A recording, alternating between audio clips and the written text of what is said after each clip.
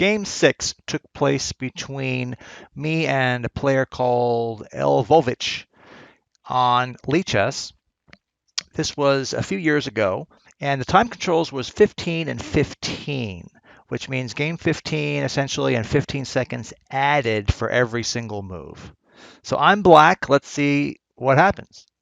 So my opponent starts e4, and I always play my Sicilian.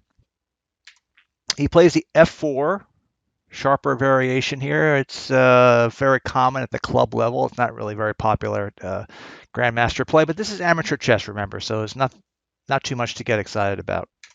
Okay, I played g6, and the reason for g6, I'm just going to quickly mention this, I'm not going to go into a deep analysis here, is that if I play knight c6, the challenge is then bishop b5 may come into play, and it's again, it's just a move, but I want to avoid that by playing g6 and fianchettoing my bishop early. He plays knight f3, bishop g7. These are just normal developing moves, with the focus being on the center square and keeping it under control. All right, bishop c4. Okay, well, here we go. Bearing down on f7. In some variations, he's going to maybe play, knight g5 and hit this. Not now, of course, but this is just, long-term planning. So now I play the next move here, which is knight c6, again, clamping down on d4. I don't want him to push d4. This is an important move because if I didn't do that, if I played something else, he'll play d4 and then break open the center, and he'll have nice equality. So actually, maybe a nice initiative more than equality. Okay, so now he plays a good move here, c3. And what he's basically saying is, yeah, I see your knight bearing down on d4, and I can't push it, but now I can. I'm going to go d4, try to put pressure, and control the center. And then you'd have technically 3 pawns if he could do that successfully. So I thought about this a little bit. There's some options here, a lot of different moves I can play. I could play a move like knight h6, strangely enough, because it sort of defends f7, and I can castle successfully. That's one idea. I could play e6, which is yet another approach. So anyway, what I wind up playing here is I do play e6. Now, you're probably wondering, why can't I just play knight f6? That looks like a natural move too, right? No, knight f6. Again, this is why chess is so difficult. Then he just plays e5. Idea later on to play d4, but where's my knight go? Right? I can play here. Then he hits me with this. I take knight check, and he wins this piece, and it's actually probably okay for him. It's probably equal, but it's very uncomfortable. So it doesn't look too much of a nice. I have to play king g8. It's just very awkward to play. So that's one idea. So before I'm going to go back here. So again, e5. I could play knight g4. He doesn't have to even do anything that aggressive. He just has to play his bishop back, perhaps, or he can just play d4 and just ignore it. And what is this guy doing here? It's just very awkward. It's technically not defended, so I got to be careful of shots. Even like just knight g5 at some point would be annoying. I mean, not now, but perhaps later. So it just gives him a nice advantage, and a simple move like that just doesn't work. Okay, so I play e6 because I was saying to myself, okay, I'm going to challenge you as well. You're going to play d4, fine. I'll play d5, hitting the bishop with tempo. Then I'll play knight ge7. I'll castle, and then the game continues. All right, he plays queen e2. I'm not quite sure I understand that move. Am I being too critical? No, I don't think so. And the reason is he's white. Look at these pieces here. Bishop, knight, rook have not moved yet, and he wants to get them out. So I think, in my opinion, he needs to play something like maybe e5, maybe bishop back to e2. I'm not sure, something else. I mean, this is just not a great idea. He's very awkward here. He could play a move like d3 maybe, but then I get to play d5, and I probably have an advantage, or knight ge7 and then d5. So it's really awkward. This is a really strange situation here with these pieces. So queen e2 I put as dubious. It's interesting play that's not very strong. I know he's trying to line up on my king, and I get it, but I'm not going to be here very long anyway. So knight e7, preparing now what? d5, right? That's the purpose of that move. In some cases, maybe even f5, but not with the bishop on c4. Probably it's not going to be a move that I'm going to fall right into. Okay, so castles. Now I played d5 immediately. I didn't even wait. I could have castled first, but I think d5 is necessary. Castling is probably okay too, but d5, let's grab the center. He takes, of course, I take. And now he plays another dubious move, bishop b5. Looks harmless. Like, what would be the problem? Why can't he just, what's wrong with that move? Well, I'll show you. I'm just going to castle. That was the move I made, which is a very normal move. And he could play a move, again, these pieces are still not moving. I mean, it's just terrible. So what's he going to do? All right. So bishop b5 looks kind of harmless enough. I think a better move, technically speaking, is either bishop to b3, which looks counterintuitive, I know. But the idea is you want to probably bring the bishop back and concentrate on the center, right? On b5, it doesn't really threaten anything, right? So I think that's not a great move. So I just castle normally. And the other thing I have too is I have moves like a6. If he retreats, I got to play b5 and I have a nice attack. So that's another reason. Okay, so rook e1.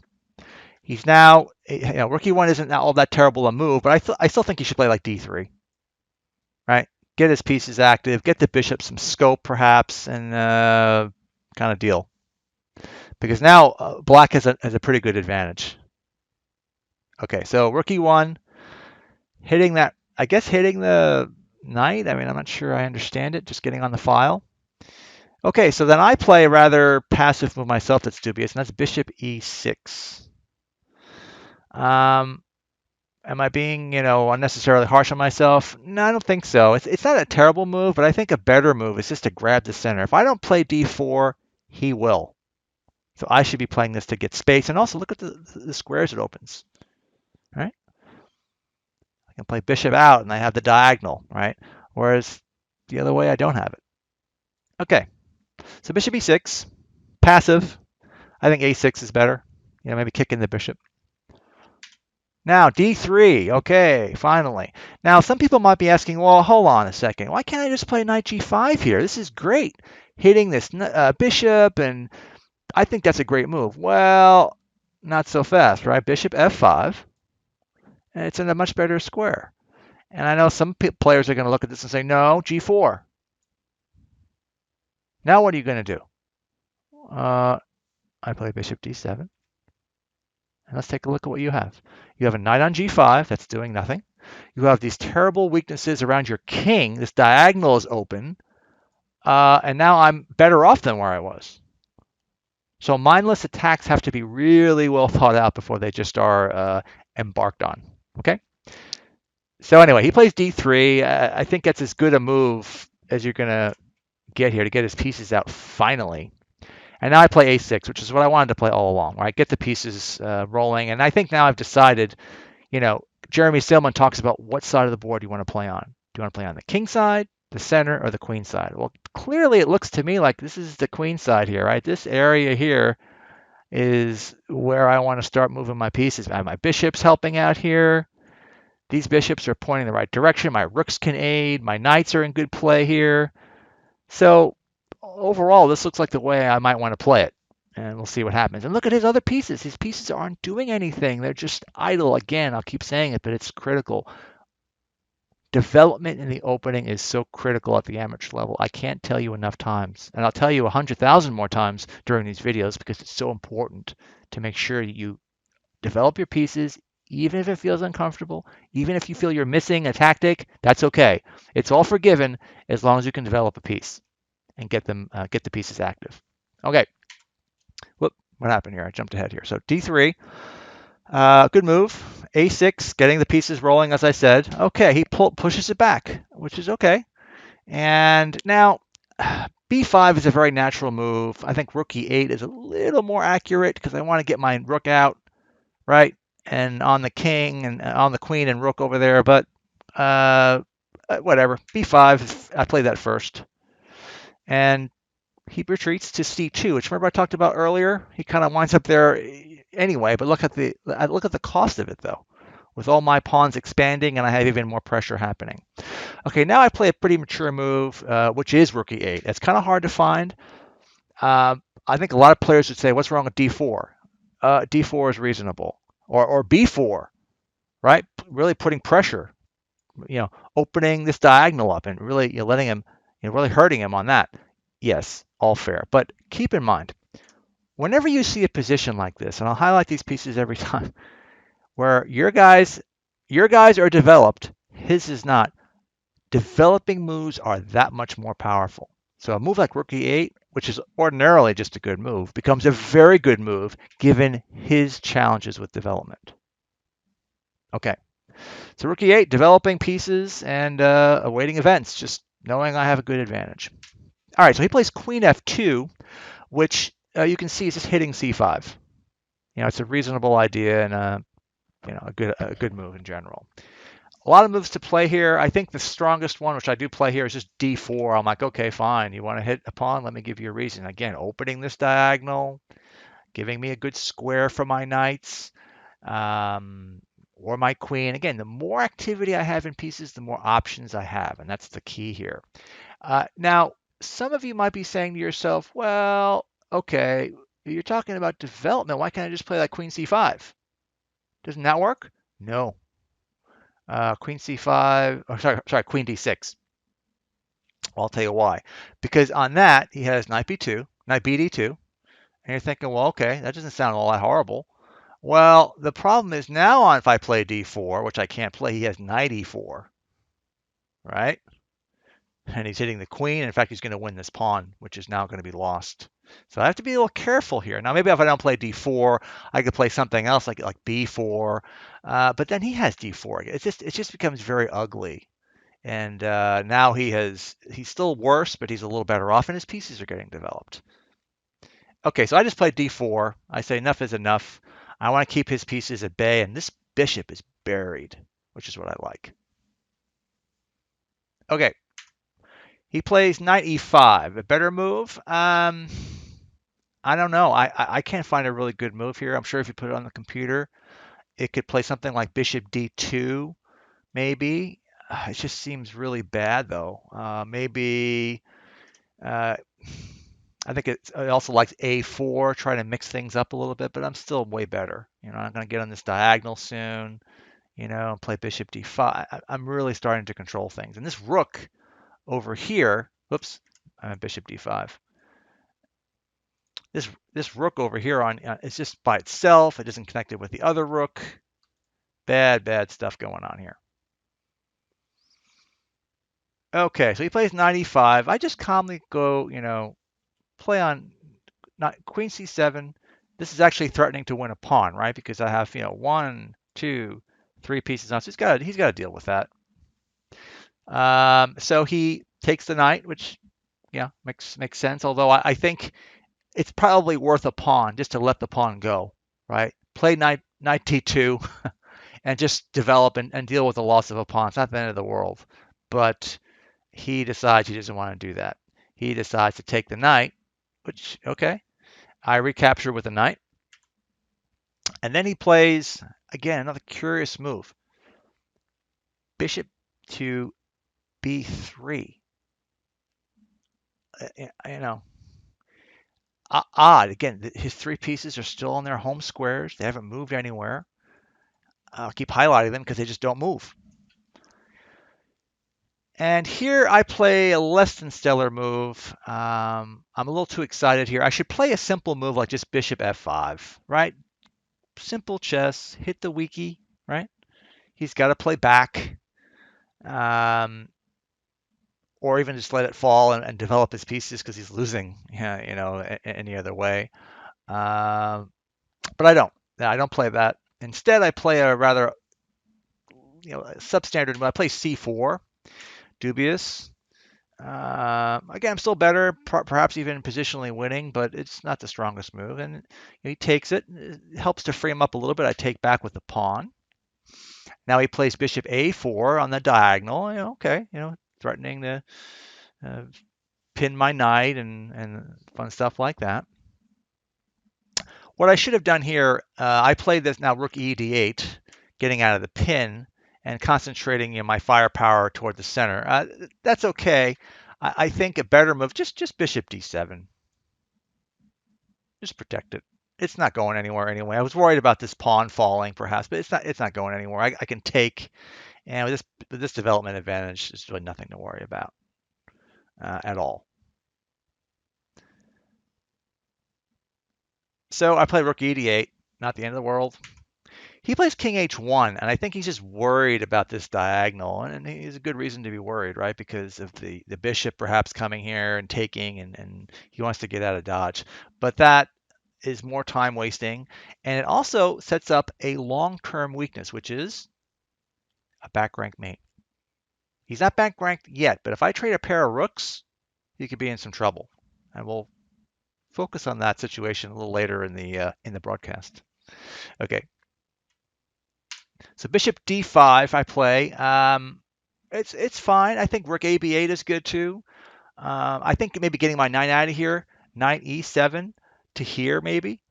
Knight e7 to pop into one of these other squares looks like a good advantage. This is a time for milking the position, not trading pieces or breaking down things. No, just calmly redeploy and strengthen my position is the key here. But anyway, I play bishop d5, which is not horrible. It defends the knight. It also gets me on this nice diagonal, which is very strong. And now he's got other issues to worry about, which is nice. Okay, now he is starting to feel the heat here. And he plays bishop d2, which I don't know what else to do. He can't go anywhere else. His legality is really, really threatened. Maybe he should play f5. Well, you're probably thinking, well, what is that attack? Well, not much, but at least it opens his diagonal, right? That makes sense. So f5 looks like a fairly good move. Computer has, I'm sure, other opinions like rook d1, but I think f5 to me just makes some sense to get the pieces going, even at the expense of a pawn. Okay, now he plays bishop d2, which is, again, taking away squares for his knight. He's giving himself less and less options. However, he's now one move away after knight a3 from connecting his rooks, so maybe there's something to it. So I play rook ab8, hitting the weakie. Small move, but important. Then he plays a curious move. He should just play like b3 and try and liquidate, right? He plays b4. So now what's wrong with b4? Well, now this diagonal is a killer diagonal. And it's super weak, and we got all kinds of problems going on there. So the right move here is probably d takes c3, and I'll show you why. D takes c3, knight takes c3. Knight takes b4. I'm just all over him. I'm threatening this knight fork. If he takes, I have rook takes d. I'm just all over. He can get his rook in the game, but it's just too late, right? I still have the knight d3 idea, and it's just lights out for him. This is game over. But I play a less than perfect. I just take en passant here. I take c takes b3. Okay, well, amateur chess. I'm not a grandmaster. He takes back with a pawn, which is a good idea because he's opening his a file for his rook at some point in time, although his bishop is now trapped. So it comes with a bunch of trade-offs. Everything is just paralyzed. I get greedy here. I should play a move again like knight e7, right? Kind of repositioning here to here and putting a really nice post for my knight, bearing down on d4 and so on. But that's not what I do. Instead, I get greedy and I take the pawn. He takes, which is, of course, he's going to take. This is a great game for him. He doesn't want to. He wants to trade down. But at this point, he's in real trouble, as you'll see. So rook takes b3, rook takes a6. He's probably excited that he's going to win a pawn. So if we do a quick body count here, I have 4 pawns, 2 minors, 2 rooks. It looks, at first glance, you're like, well, if I do a body count, these things looks pretty equal. How am I? I'm not much worse, am I? No, you're way worse. Because then comes the killer here. D takes c3. This pawn is a monster and really cannot be dislodged. So D takes c3. He plays bishop takes c3. Bishop takes c3. knight take. Actually, no. What happened instead of knight takes, which he's just lost at this point anyway, he tries to do a cute move by playing rook c1. The idea is getting in front of this double attack here. This piece is hit over here. It's troublesome. Right? I got to be careful. He should have probably just played knight takes c3, right? Rook takes c3.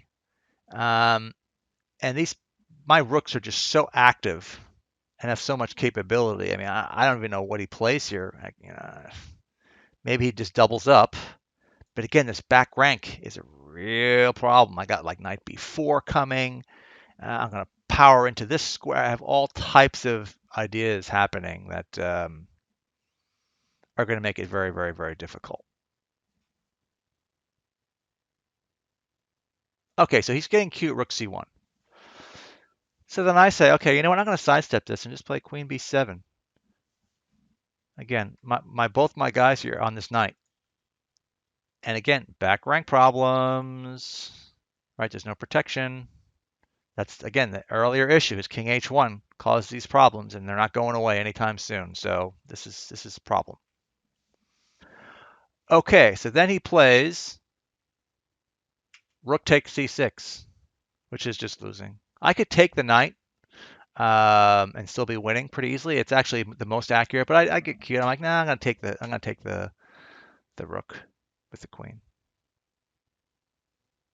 You want to see what happens if I take the knight? Well, taking the knight is also strong. He takes here. I have this very powerful move here, rook d1, exclam. Basic tactics.